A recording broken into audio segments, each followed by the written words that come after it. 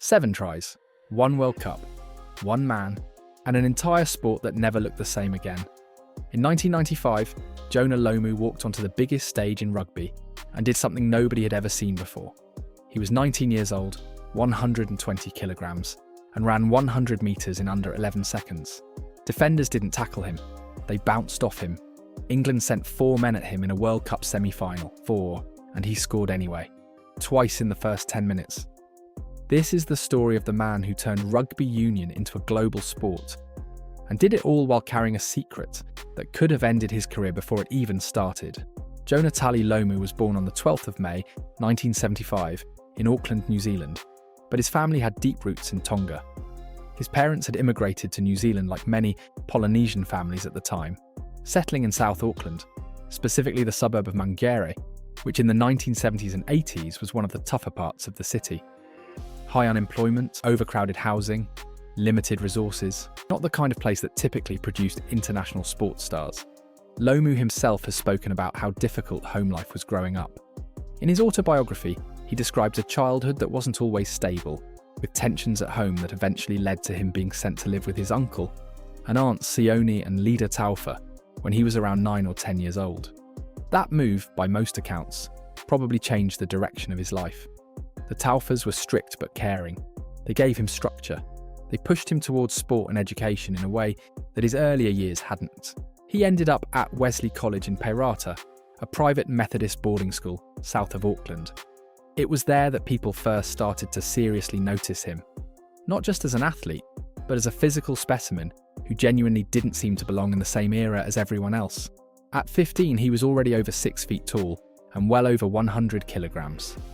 To put that in some context, there are grown men playing professional rugby right now who aren't that size. He was also fast, genuinely fast. Not big man fast where people are impressed because he's large and still moving. Actually quick. He reportedly ran 100 metres in around 10.8 seconds at school. That's the kind of speed that would make any athletics coach do a double take, let alone a rugby coach. Wesley College had a strong rugby tradition, and Lomu thrived there. But the sport wasn't always rugby union. He also played rugby league, which was enormously popular in South Auckland, and there were serious conversations about which code he'd eventually pursue. It's one of those sliding door moments in rugby history. If he'd gone to league instead, the sport of union would look very different today. Lomu made his debut for the All Blacks on the 26th of June, 1994, against France in Christchurch. He was 19 years and 45 days old, which made him the youngest All Black in history at that point. Let that sink in, the youngest ever, at 19, for a team that had been producing elite international rugby players for nearly a century. But the debut didn't go particularly well. New Zealand won comfortably, but Lomu was quiet. He looked a bit nervous, a bit raw, and there were question marks about whether he was ready. He played a handful of games and then found himself out of the squad for a while. The coaching staff at the time, and this is worth remembering, weren't entirely sure where to play him. He'd come up through the ranks as a flanker, a number 7. Because at Wesley College, when you're that big and that fast, coaches just stick you in the loose forwards and let you cause chaos. It was actually the decision to move him to the wing that unlocked everything. Put someone that size on the edge of the field, give him space to build up momentum, and the arithmetic for defenders becomes almost impossible. You can't bring him down with normal technique. You need multiple players, and the moment you pull in multiple defenders to deal with Lomu, something opens up somewhere else. By early 1995, Lomu was back in the All Blacks setup and building form. The Rugby World Cup in South Africa was approaching, and the All Blacks were among the favourites. But nobody, and genuinely nobody, predicted what was about to happen. The 1995 Rugby World Cup is one of those tournaments that you can't really discuss without talking about context. South Africa was hosting it for the first time since the end of apartheid. Nelson Mandela wore a Springbok jersey at the final, that iconic image that almost every rugby fan over 40 has in their head. There was a political and cultural weight to the tournament that went beyond sport, but from a pure rugby standpoint, it's remembered for 2 things: South Africa winning the tournament, and Jonah Lomu dismantling every team he faced. New Zealand's pool games were dominant. Lomu scored tries, looked dangerous, caused problems. But it was the quarter-final against Scotland and then the semi against England where things escalated into something different. Against England, Lomu scored 4 tries. England had one of the most experienced backlines in the tournament. They knew exactly what he was going to do, and they still couldn't stop him. He finished the game with 211 metres carried. That stat alone tells you what the afternoon looked like for England's defence. After the game, England's Catt, the man who ended up under his boots for that first try, was asked about it. He reportedly said very honestly that you couldn't coach against someone like that there was no answer in the rulebook for dealing with a man that size, moving at that speed. Will Carling's quote from that period is probably the most famous. He said he's a freak and the sooner he goes away, the better. It was meant lightly, but it captured something real. Nobody knew what to do with Lomu because nothing like Lomu had existed before. New Zealand made the final, where they faced South Africa. And this is where the story turns. The All Blacks were widely expected to win. Lomu had been unstoppable. South Africa's coach, Kitch Christie, and his assistant Morn du Plessis had prepared in detail, specifically to shut Lomu down. The Springboks plan involved winger James Smallman marking Lomu for the entire match, staying with him whether he had the ball or not, and trying to disrupt him before he could build momentum. It worked. Not perfectly, but well enough. Lomu had a quieter final than his previous matches. South Africa won 15-12 in extra time after Joel Stransky dropped a goal. The All Blacks and Lomu went home without the title. But here's the thing, Lomu left that tournament as the most talked about player in world rugby. He'd scored 7 tries in 5 games. He'd been on the front page of newspapers, in countries that didn't even traditionally follow rugby. The 1995 World Cup's widely credited with transforming rugby union into a global sport, and Lomu's performances were central to that transformation. The sport turned professional later that same year, in August 1995, and there's a direct line between what happened at that World Cup and the commercial appetite that made professionalism viable. And then, almost immediately after becoming the most famous rugby player on the planet, Lomu got sick. In 1995, not long after the World Cup, he was diagnosed with nephrotic syndrome, a serious kidney disorder where the kidneys leak protein into the urine, causing them to gradually lose function. It's a condition that, left untreated or unmanaged, is life-limiting. For a 20-year-old professional athlete who had just had the most spectacular debut on the world stage, it was a devastating diagnosis. The details of exactly when Lomu first noticed symptoms and when the diagnosis was confirmed have been reported slightly differently in various accounts, but by the late 1990s his condition was becoming increasingly difficult to manage. He was on medication, he was dealing with fatigue that no amount of conditioning could fully offset. And yet, for several years, he kept playing. This is a part of the Lomu story that often gets overlooked because his performances remained so spectacular that it was easy to forget there was anything wrong. But the people who trained with him and the medical staff who worked around him have since spoken about how much effort it took just to keep him on the field. He was essentially managing a chronic illness while competing at the highest level of professional sport. In a 2004 interview, Lomu spoke about what the diagnosis felt like. It was a shock because I felt invincible, you know? You think you're young and you're strong and nothing can touch you. And then something like that comes along. The quote isn't exact, but that was the sentiment he returned to more than once across different interviews over the years. Despite the illness, the period between 1995 and the 1999 World Cup was genuinely remarkable. Lomu kept performing at a level that very few players in history have sustained.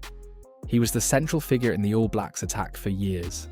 Teams had 4 years to figure him out after that 1995 World Cup, and while defenders got smarter and defensive systems evolved to try and account for him, he kept scoring. He won 63 caps for New Zealand between his debut in 1994 and his last Test match in 2002. He scored 37 international tries. Both of those numbers would be respectable for any player. For a winger dealing with a degenerative kidney condition from the age of 20, they're extraordinary. The 1999 World Cup was another strong tournament for him. He scored 8 tries, taking him to 15 World Cup tries in total, which at the time was a joint world record, shared with Rory Underwood. That record has since been equalled by Brian Habana in 2015, but it stood for 16 years and still stands joint. But New Zealand again fell short of winning the tournament. They lost to France in the semi-final in what remains one of the biggest upsets in World Cup history. France had been beaten convincingly by New Zealand in the group stage. Like, really convincingly, 54-7. And then in the semi-final, France came back from 24-10, down in the second half, to win 43-31. Lomu scored twice in that semi-final and still ended up on the losing side. It's one of the other threads in Lomu's career that gets discussed. The fact that despite everything he did individually, New Zealand never won a World Cup with him in the team. The 1995 final, 1999 semi, he accumulated individual accolades that nobody else came close to, but the big team prize eluded him. By 2003, Lomu's condition had deteriorated to the point where he could no longer play. He went on dialysis. For anyone who hasn't been around dialysis, it's an incredibly demanding process. It has to happen multiple times a week. It takes hours each session, and it leaves you physically exhausted. The idea of a professional rugby player maintaining any kind of conditioning while undergoing dialysis is hard to comprehend. He received a kidney transplant in July 2004, donated by a friend, Joeli Vidiri, a former All Black winger himself. That friendship and Vidiri's willingness to donate was covered extensively at the time and genuinely moved a lot of people. Lomu spoke publicly about how grateful he was on multiple occasions. After the transplant, Lomu attempted a comeback to professional rugby. He played for Cardiff Blues in Wales and then for North Harbour back in New Zealand. The comeback never quite reached the heights of his earlier career. How could it? He'd had a kidney transplant and spent years on dialysis. But the fact that he made it back onto a professional rugby field at all was remarkable. And there were moments in those games where you could still see flashes of what he'd been. He retired formally in 2007. He was 32 years old, which for a rugby player is not young, but given everything his body had been through, it felt like a career that had been cut off at both ends. Too much taken from the beginning by the illness, and the end arriving earlier than it should have. Life after rugby for Lomu was complicated. He had 2 sons from his third marriage, Brayley and Dirile, and by all accounts being a father was enormously important to him. But there were financial difficulties, reportedly significant ones. There were reports in the New Zealand media that despite everything he had generated commercially for the sport during the professional era, Lomu himself had not been well served financially. He gave a number of interviews in the late 2000s and early 2010s that touched on money problems, though he was generally careful not to be too specific or bitter about it publicly. He was also dealing with the ongoing reality of life with a transplanted kidney. That's not a one-and-done solution. It requires lifelong medication, regular monitoring, and there are long-term complications that can arise over time. In 2011, Lomu was in New Zealand for the Rugby World Cup, which the All Blacks hosted and won for the first time since 1987. He was involved in promotional activities around the tournament and was visibly emotional about New Zealand's success. He told interviewers that it meant everything to him, even though he hadn't been part of the team.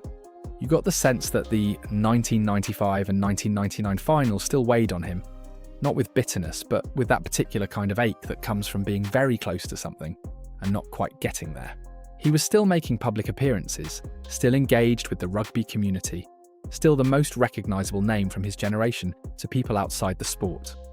In 2015, ahead of another World Cup in England, Lomu was involved in promotional work. He seemed in reasonable health from the outside. He attended events, he did media. On the 18th of November 2015, Jonah Lomu died at his home in Auckland. He was 40 years old. The cause was cardiac arrest related to his kidney condition. The 2015 Rugby World Cup had just finished. New Zealand had won it, completing a back-to-back title that became the greatest dynasty in World Cup history. Lomu had been part of the promotional build-up to that tournament, but didn't live to see its conclusion. The response was immediate and global. The World Cup final had just happened 4 weeks earlier, and suddenly everyone was talking about Lomu. Tributes came from across the sport and well beyond it.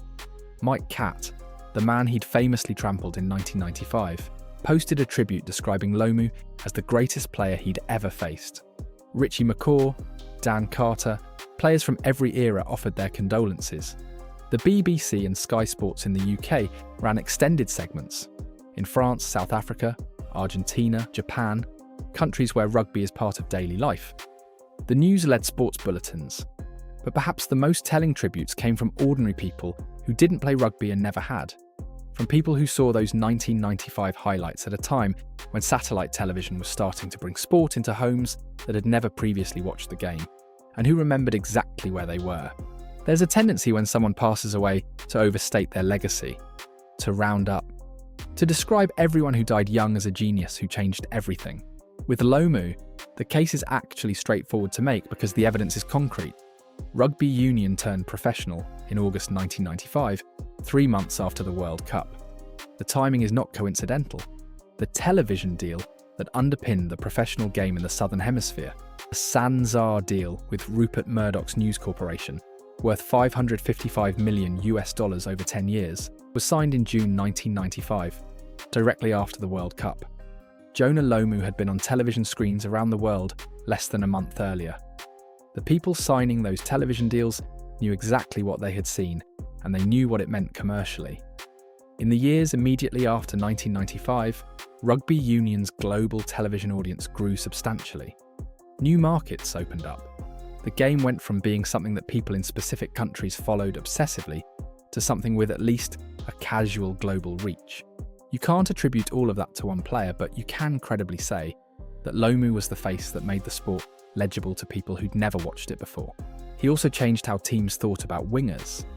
Before Lomu, the model for a top winger in the international game was someone like David Campese, enormously skilled, creative, with a brilliant football brain, but not built like a second-row forward.